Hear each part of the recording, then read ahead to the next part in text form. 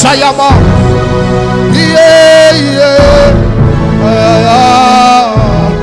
Yesu na ngayo. Maombi kofuta kaka losambo ya baenge belo. Éternel Dieu Tout-Puissant, merci pour notre tombeau. Merci pour notre makambo c'est la vision de notre tombeau. Merci pour notre kembo soupi le sikao. Et le mélignon César yo tes amis sika au nom de Jésus. Apamboli tango oyo na kombo na Yesu. Leto sambelu petolobi. Merci Seigneur Jésus-Christ. Merci Seigneur Jésus-Christ. Amen. Betela nzambe maboko makasi.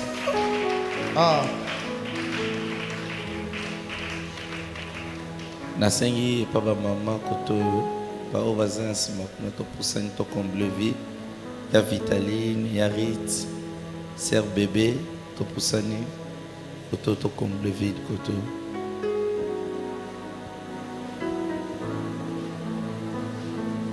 Voilà. Ah ba maman ya on a longo la rabino totelemi.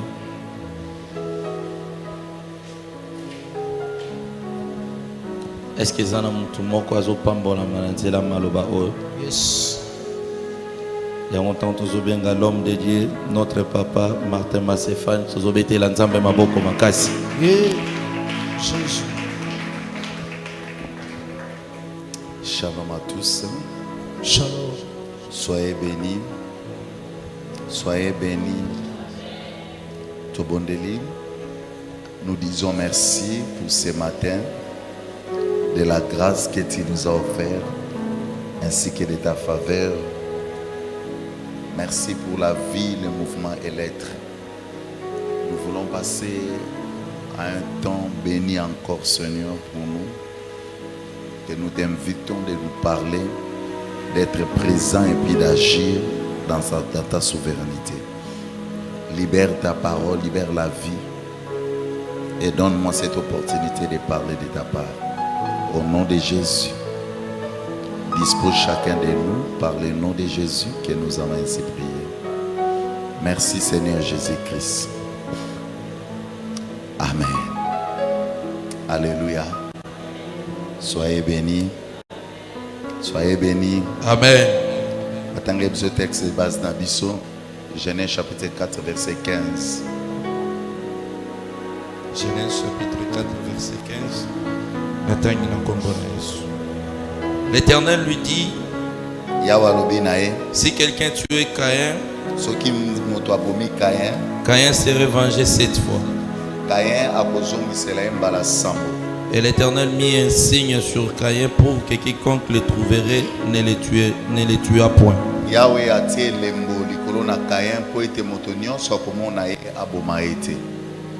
Est-ce qu'on peut acclamer la parole? Amen. Merci Tofandi. Lobi tolobela ki ba élément déclencheur ya ba marque satanique. Pas diminuer mouké. Amen. Alors lelo to bandela ba type les types de marques sataniques. Amen. Alléluia.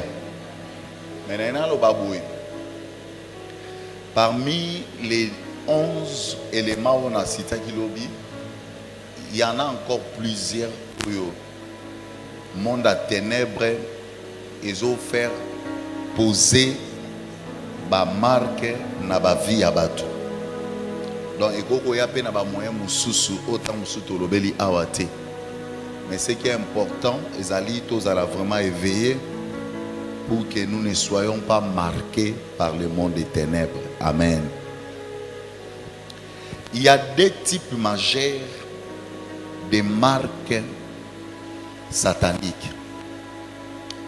Il y a les marques sataniques invisibles et les marques sataniques visible. Tu vas dire d'abord na ba marque satanique invisible. Ba marque satanique invisible ezanine.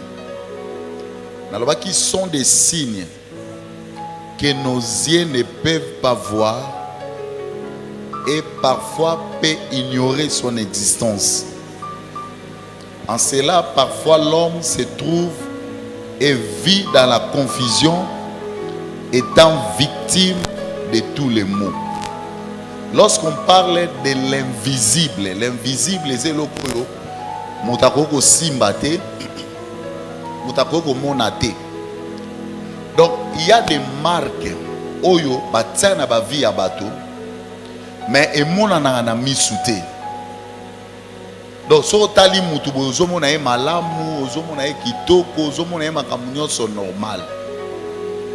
Mais na kati na ye azana marque moko oyo ba posaye. Soyez bénis. Mais seulement que la personne ou asa victime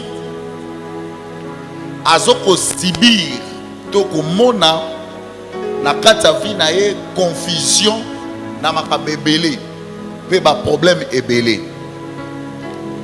Ba marque invisible c'est aussi des marques innées, c'est-à-dire eza ba marque mususu o bato bazo botama na yango bazo zwango lokola héritage spirituel. Donc tia botama abotama na marque moko. Je donne un exemple. Moto abotami na famille à chef coutumier.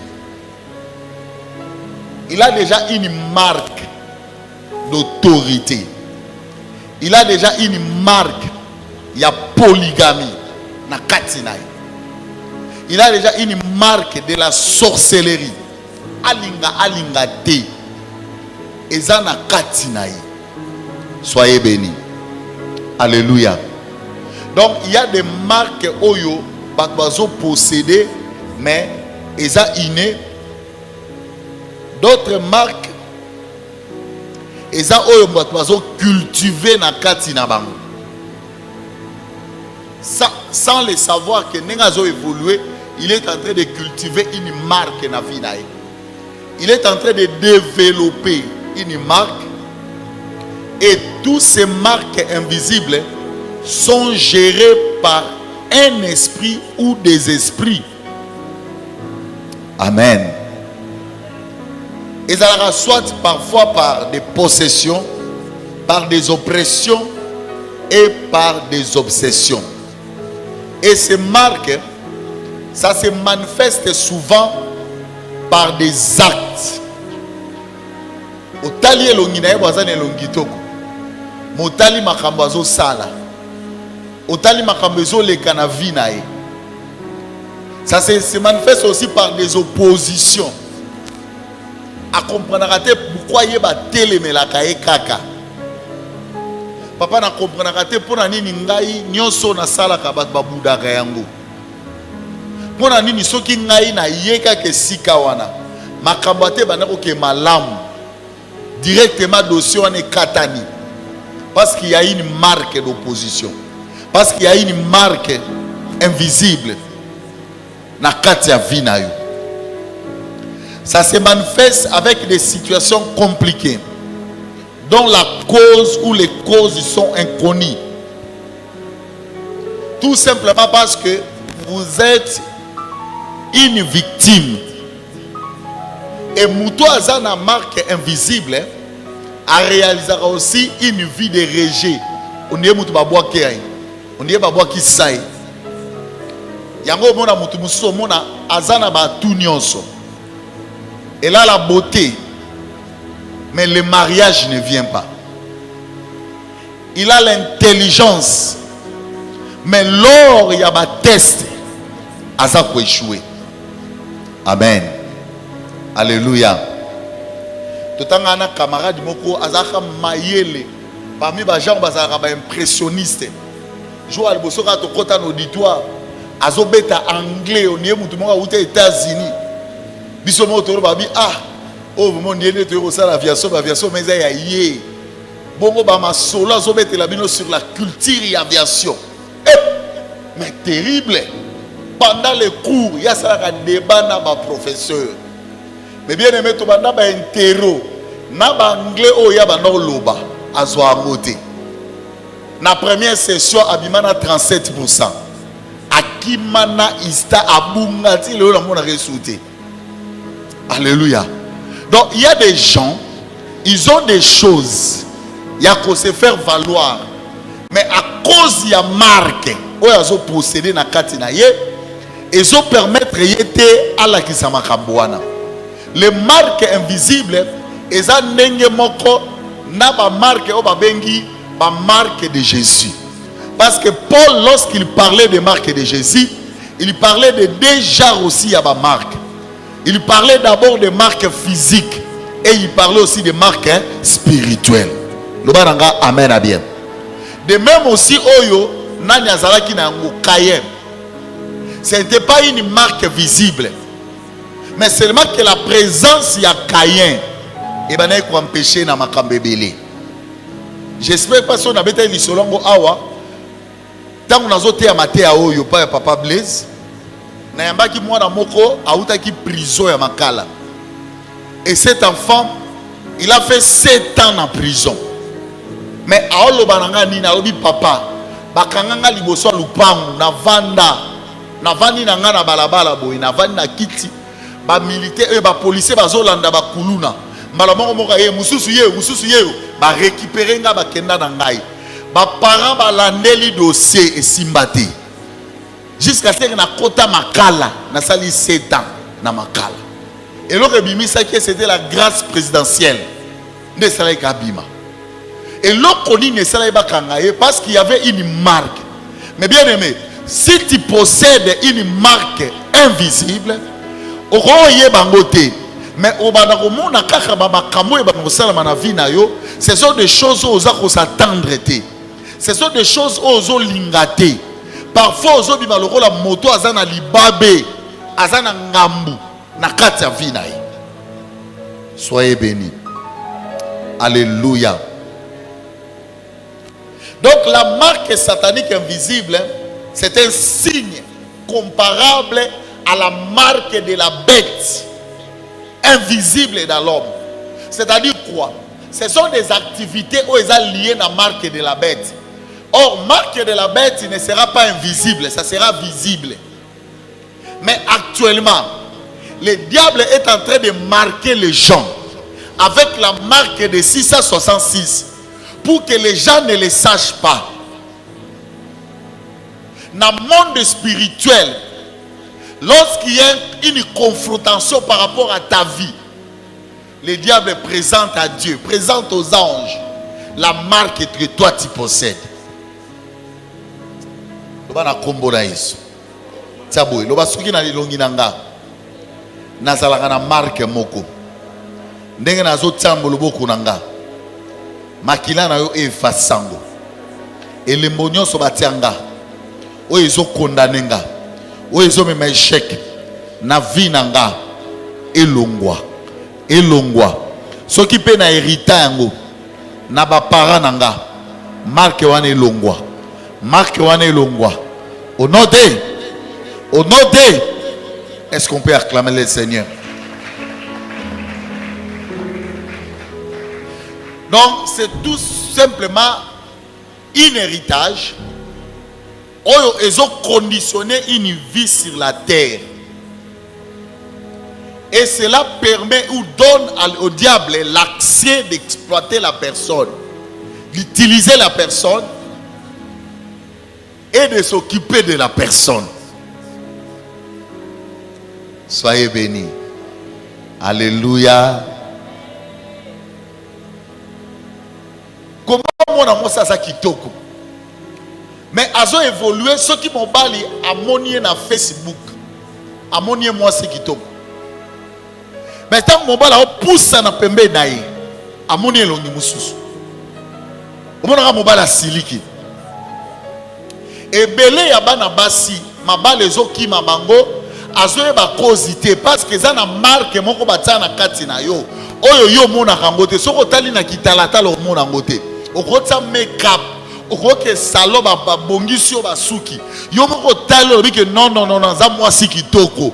Mais lorsque la personne na kati motema na ye azo kanisa azwayo to asenga yo loboko azo pusana, il va voir l'autre image que l'image oyo kozanango. Donc en quelque sorte, cette marque invisible constitue aussi une masque.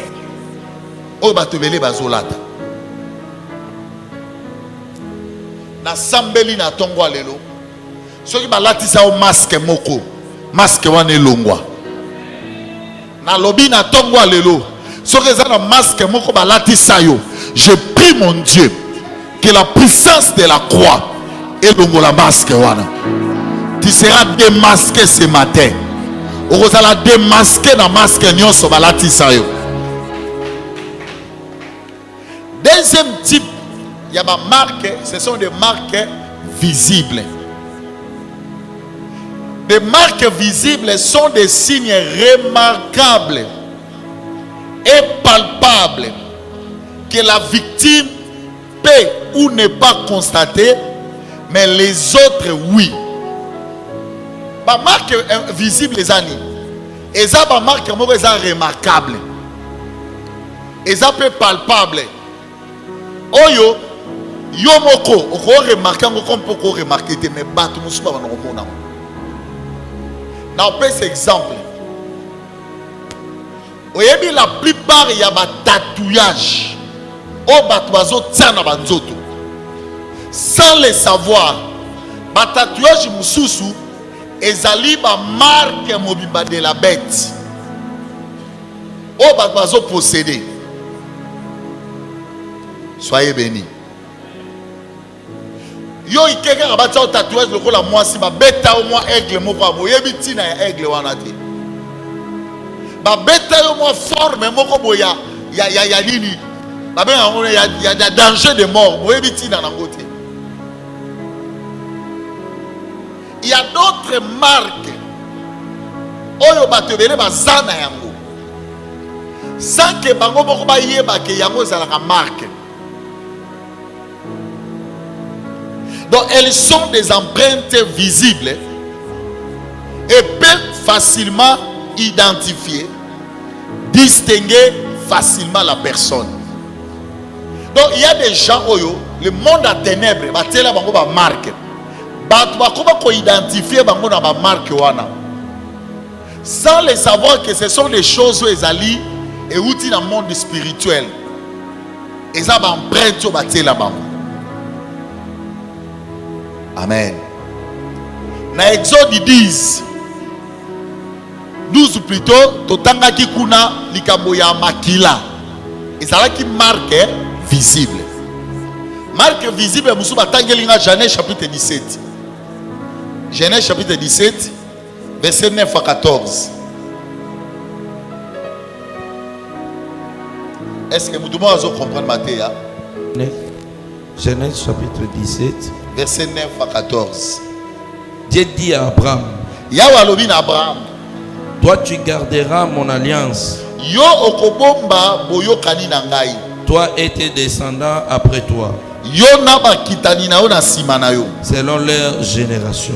kolandisama na bakitani na bango. C'est ici mon alliance Awa nde boyokani na ngai que vous garderez entre moi et vous, oyo bino bokobomba elongo na ngai, et ta postérité après toi. pe na bakitani na yo na sima na yo. Tout mâle parmi vous sera circoncis. Mobali nyonso na kati na bino bakokata engenga. Tina verset 14. Vous vous circoncirez et ce sera un signe d'alliance entre moi et vous. Bino bokokata ngenga ekozala elembo. Loba elembo. Elembo. Loba lisusu elembo. Elembo ya boyokani ngai na bino. À l'âge de 8 jours, na mokolo 8, tout mâle parmi vous sera circoncis selon vos générations, qu'il soit né dans la maison. Mobali nyonso na kati na bino bakokata ngenga kolandisama na ba génération ata botami na kati ya ndako, ou qu'il soit acquis à prix d'argent de tout fils d'étranger. Atako yeba zuye na mbongo pe na mwana nyonso ya bapaya. Sans appartenir à ta race. Ata za na kati ya makila na yote. On devra circoncire celui qui est né dans la maison et celui qui est acquis à prix d'argent. Bakokata ngenga moto nyonso abotami na ndako pe moto nyonso bazuye na mbongo. Et mon alliance sera dans votre chair une alliance perpétuelle. Bongo boyokani na ngai ekozala na nzoto na bino ekozala na molimo. Babe ekozala wapi? Na nzoto na bino lokola boyokani ya libela na libela. Un mâle incirconcis mobali o bakati ngenga te qui n'aura pas été circoncis dans sa chair oyo bakokata ngenga te na nzoto sera exterminé du milieu de son peuple. Ye bakolongola ye na kati ya libota na ye. Il aura violé mon alliance. Po ete ye atelemeli boyokani na ngai. Est-ce qu'on peut acclamer la parole? J'aime beaucoup ces écritures. Awa nzamba olobela Abraham ayebisi ye tala boyokani na ngai yangoyo. Mobali nyonso na bana na yo pe na bakitani na yo nyonso bakokata bango ngenga après 8 jours. Yango nde ekozala elembo na nzoto na bino ya boyokani ya ngana bino. Alobi même moto bino bosombi na mbongo, c'est-à-dire un esclave azana ye mupaya, mais lokola koti na ndako ya ba descendant ya Abraham faut basali bakate ngenga. Alobi même un étranger, donc c'est-à-dire et l'autre chose c'est que bino boza yanga eza elembo ngenga. Est-ce que vous comprenez? Yaya, likambo on a observé nos premiers jours. Moïse a eu la chance pour abotama na Égypte. Ba Égypte ba no katangenga te. Akola na maison ya Pharaon. Pharaon ba no katangenga te. Aba no tanga. Na zaki na ngote. Tangu nzamba bengi Moïse azalaki bongo. Siko Bible ezoba na ngai Moïse abimi yena Sephora ba komi na esika moko. Anja ya kanye na kingwa linga bomae. Malamoko Sephora sutiki ayeko se rendre compte Joyo anele moté azwa libanga saini akata ngenga.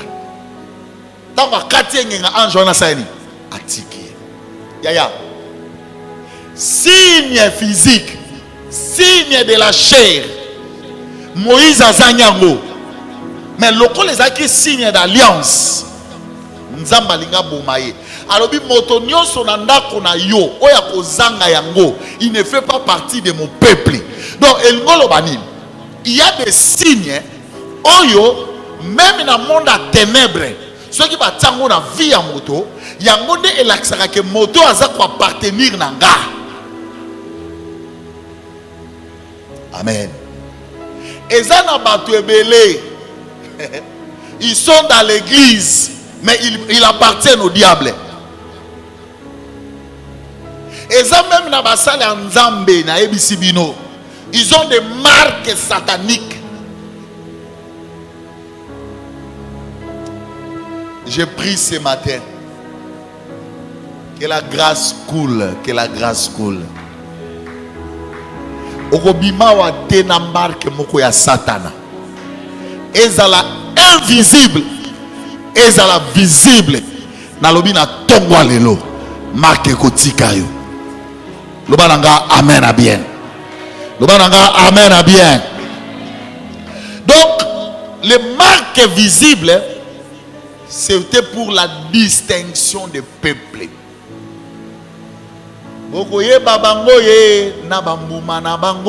Ça c'est la marque spirituelle qui se manifeste par des œuvres. Il y a un bishop ngana lataka voile ya noir, ngana lataka chaînette ya munene. Mais ba yebaka bango na marque moko qui sont les fruits de l'esprit.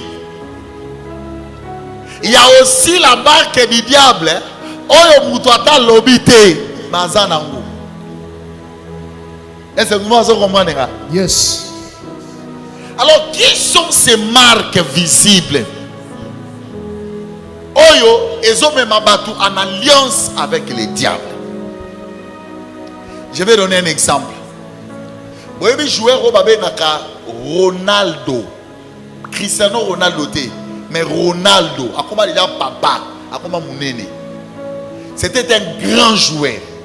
Abeta na Barça, abeta na Juventus, abeta na Real.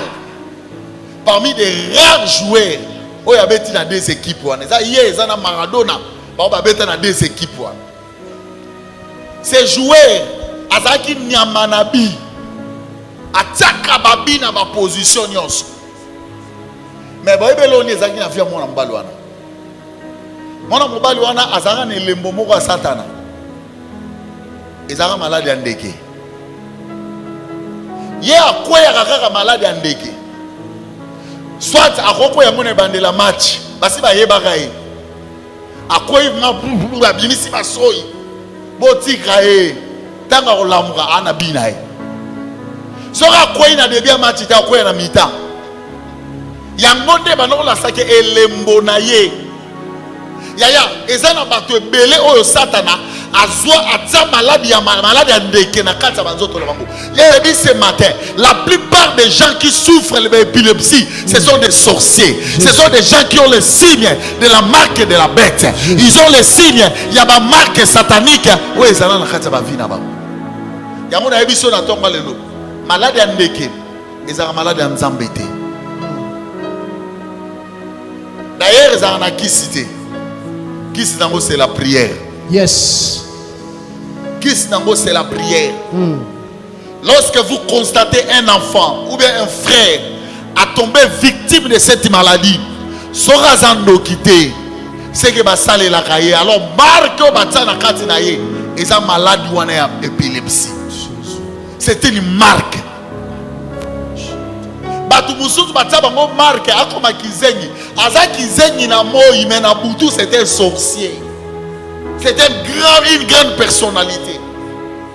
Mais dans la journée ça marque ma baby say na moi. Comment moi na robota mamala il se retrouve à un problème. Ça c'est une marque satanique. Batela bino ngambu, batela bino ngambu. Alléluia. Amen.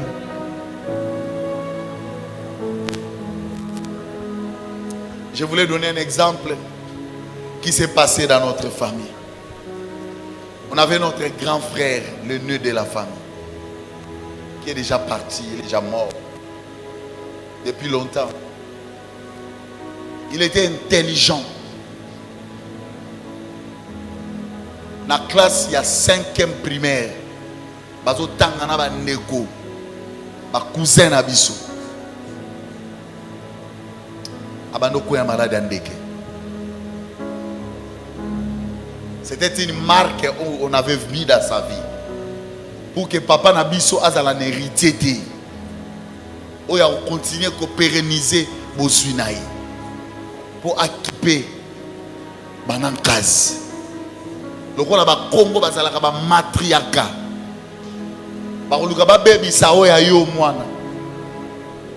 Et notre grand frère a 4 classes. Tu as koufa à cause de la maladie. Je prie ce matin. Yes. S'il y a une condamnation, ou il y a une marque destinée pour des descendants, dans le mina tongwa lele ko simba bangote. Amen. Dans le mina tongwa lele ko simba bangote. Amen. Okobota bana soki boso bota bana. Mwana moko taza la victime ya ba marque. Yes. Yes. Avance papa. Par contre, une malformation ba tiena kata nzoto ya mwana. Eza marque mobimba. O ba tiena kata via mwana wana. Musuto mono boti mwana za kitoko me mwana maele te. Na classe à classe cité. Ça c'est une marque. On peut mettre dans une personne. Moussousou rosa na pota o ebi karaté. Ana pota on est si la raté. Akena na minga ngebele et si la raté. Je prie ce matin. Si tel est ton cas, l'assemblée na tomba lelo ya yo ekosila. Yes. L'assemblée na tomba lelo ya yo ekosila. À moins qu'on s'alandoki. So ozandoki te na lo ekosila. Yes. Na be ekosila. Na be ekosila.